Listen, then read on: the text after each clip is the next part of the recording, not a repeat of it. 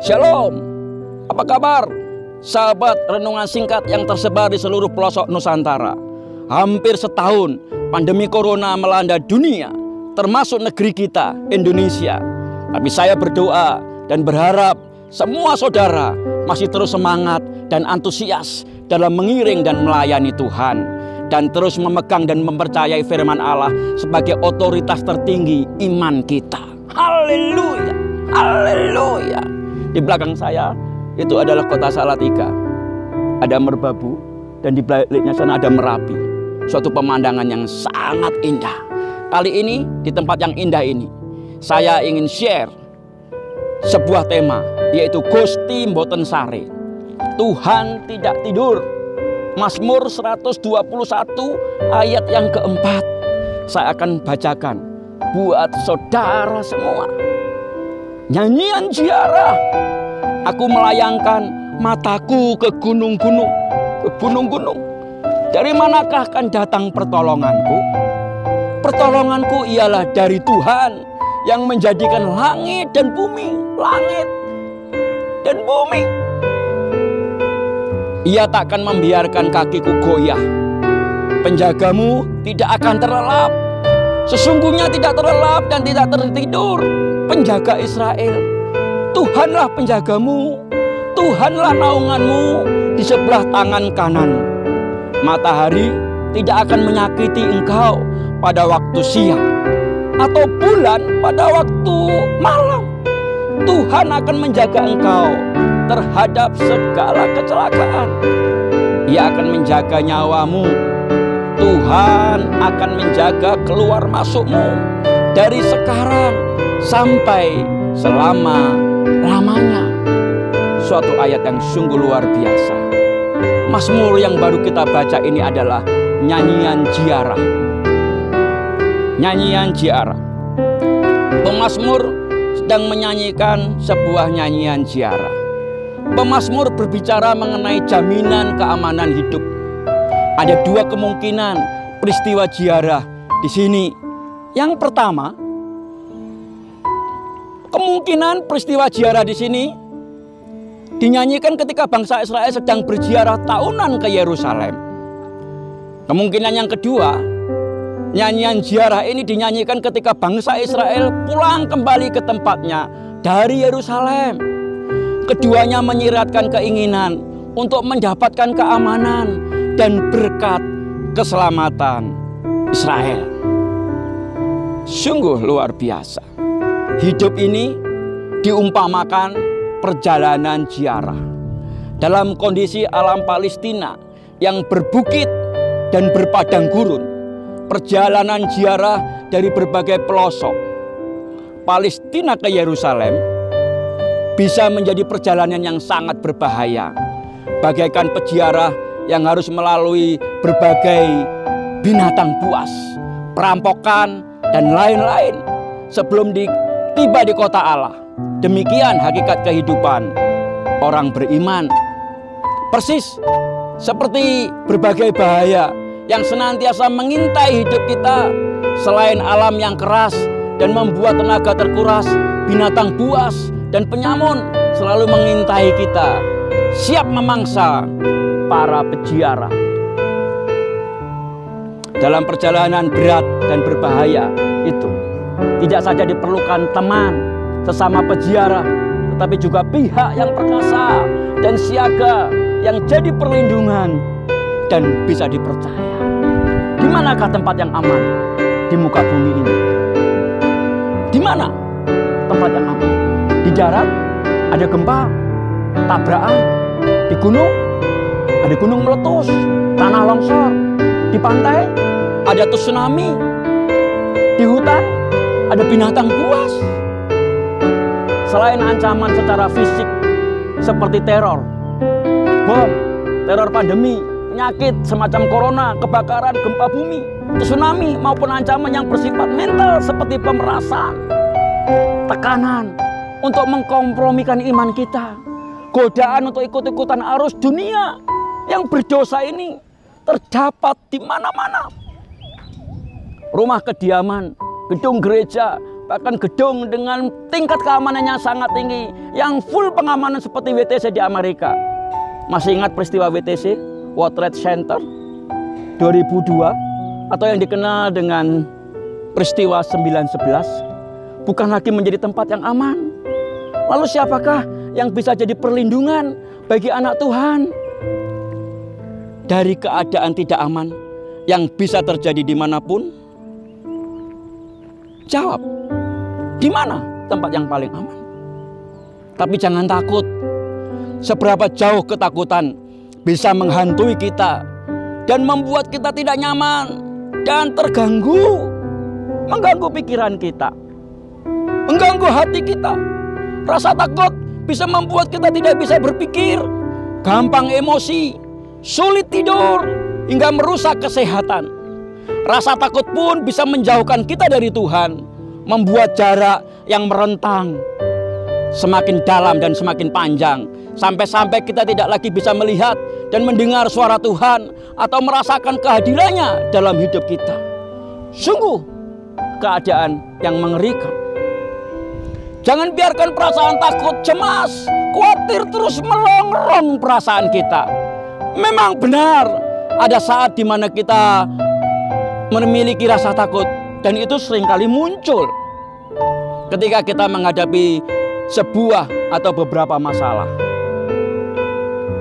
atau ketika menghadapi situasi tak pasti, solusi tidak terlihat, sementara kita harus terus berhadapan dengan masalah tersebut dari detik demi detik. Jika kita terus membiarkan diri kita dicekam perasaan takut, maka rasa takut ini akan terus menggali jarak antara kita dengan Tuhan, sehingga pada suatu ketika nanti tidak ada lagi kita bisa mendengar suara Tuhan, tidak bisa melihat keperkasaan Tuhan yang sungguh luar biasa. Kita merasa sendirian, kita berpikir Tuhan sini, Tuhan semakin jauh dari kita, dan menuduh Tuhan bertindak kejam dan tidak adil terhadap kita. Sungguh keadaan ini lama-lama akan mengajak kita semakin jauh dari Tuhan. Beberapa tokoh besar di Alkitab pernah mengalami hal seperti ini dalam pergumulan mereka masing-masing. Ayub pernah mengalami kepahitan terhadap Tuhan. Dia pernah ngomong, semuanya itu sama saja. Itulah sebabnya aku berkata, yang tidak bersalah dan yang bersalah kedua-duanya dibinasakannya. Bila cemetinya membunuh dengan tiba-tiba, ia mengolok-olok keputusasaan orang yang tidak bersalah. Ayub pasal 22 ayat 23. Daud juga pernah meratap ketika ia berada dalam pergumulan. Mengapa engkau berdiri jauh-jauh ya Tuhan, dan menyembunyikan dirimu dalam waktu-waktu kesesakan? Mazmur 10 ayat 1. Janganlah berdiam diri terhadap aku ya Tuhan. Mazmur 28 ayat 11. Ya Allah, dengarkanlah doaku, berilah telingamu kepada mulutku. Mazmur 54 ayat 4. Berilah telinga ya Allah kepada doaku, jangan bersembunyi terhadap permohonanku. Mazmur 55 ayat yang kedua. Daud menjerit kepada Tuhan. Begitu sulitnya keadaan dunia yang kita jalani hari-hari ini, sehingga mengakibatkan banyak orang mulai kehilangan arah dan goyah imannya. Apakah benar Allah tidak sanggup mengangkat anak-anaknya keluar dari kesulitan? Tentu saja Tuhan sanggup. Tidak ada hal yang mustahil bagi Dia. Tidak ada hal yang mustahil yang tidak sanggup Dia lakukan bagi orang percaya. Sesungguhnya Tuhan selalu peduli dan tidak pernah lengah dalam memperhatikan kita. Ayat Alkitab yang menjadi bacaan kita kali ini dengan jelas berkata, sesungguhnya tidak terlelap dan tidak tertidur penjaga Israel. Mazmur 121 ayat 4. Gusti mboten sare. Tuhan tetap ada, mengawasi dan melindungi kita. Dia rindu untuk terus memberkati kita ketika hari-hari kelihatan semakin sulit. Tidak lagi bisa cukup disikapi dengan hanya mengandalkan kekuatan kita sendiri, atau orang lain. Inilah saat yang tepat bagi kita untuk menyadari bahwa tanpa Tuhan kita bukan apa-apa. Kita nggak akan bisa berbuat apa-apa. Disinilah kita harus menyadari bahwa kita harus mengandalkan kekuatan Tuhan, Raja dari kerajaan yang tidak tergoncangkan. Membiarkan rasa takut terus tumbuh dalam hidup kita tidak akan pernah membawa manfaat apapun. Justru akan membuat kita semakin jauh dengan Tuhan. Justru semakin memperbesar jarak antara kita dengan Bapa yang baik dan setia. Dan itu akan membuat segalanya justru bertambah runyam. Karena itu kita harus mengatasi rasa takut kita dengan semakin mendekatkan diri kepada Tuhan. Kita harus senantiasa berseru kepada Tuhan. Dan harus senantiasa membangun hubungan yang semakin intim dengan Tuhan. Tuhan tidak pernah lengah. Dia tidak pernah tertidur dalam menjaga kita orang percaya yang adalah Israel secara rohani.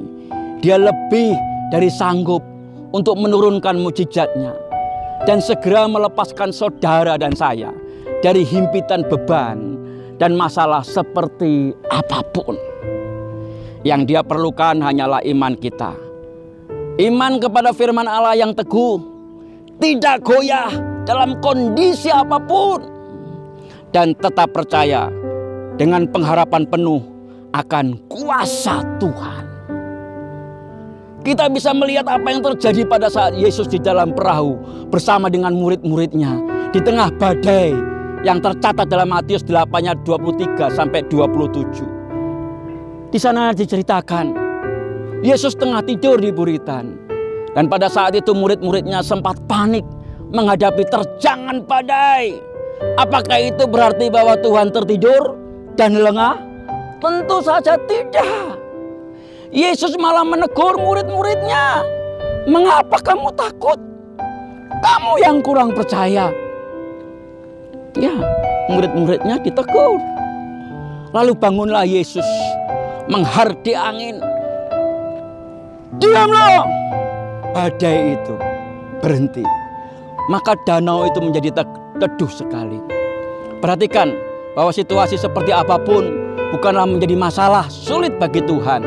Justru Tuhan sedang menanti reaksi dari kita untuk membangun sebuah hubungan yang didasari rasa percaya yang kokoh dan terus menjalani komunikasi yang baik dengan Tuhan. Di saat berita pandemi COVID-19, gempa, longsor, banjir, kecelakaan di darat, di udara, di laut, terus bergema, terus berdengung, terus berkumandang, nyaring lewat media sosial dan berita TV maupun koran, maupun internet. Dalam kondisi seperti inilah kita harus mulai belajar untuk mengandalkan Tuhan. Lebih dari apapun juga, kita harus mampu menyadari bahwa di dalam Tuhan ada pengharapan yang tidak pernah padam. Janji-janji Tuhan tidak akan ada yang sia-sia, karena janjinya ya dan amin. Tuhan tidak akan pernah ingkar janji, dan semuanya pasti digenapi. Imanilah hal itu dengan sungguh-sungguh, dan teruslah dekat padanya, penuh rasa percaya. Mazmur 55 ayat 23. Serahkanlah khawatirmu kepada Tuhan, maka Ia akan memelihara engkau. Tidak untuk selama-lamanya dibiarkannya orang benar itu goyah. Tuhan menetapkan langkah-langkah orang yang hidupnya berkenan kepadanya. Apabila ia jatuh, tidaklah sampai tergeletak, sebab Tuhan menopang tangannya.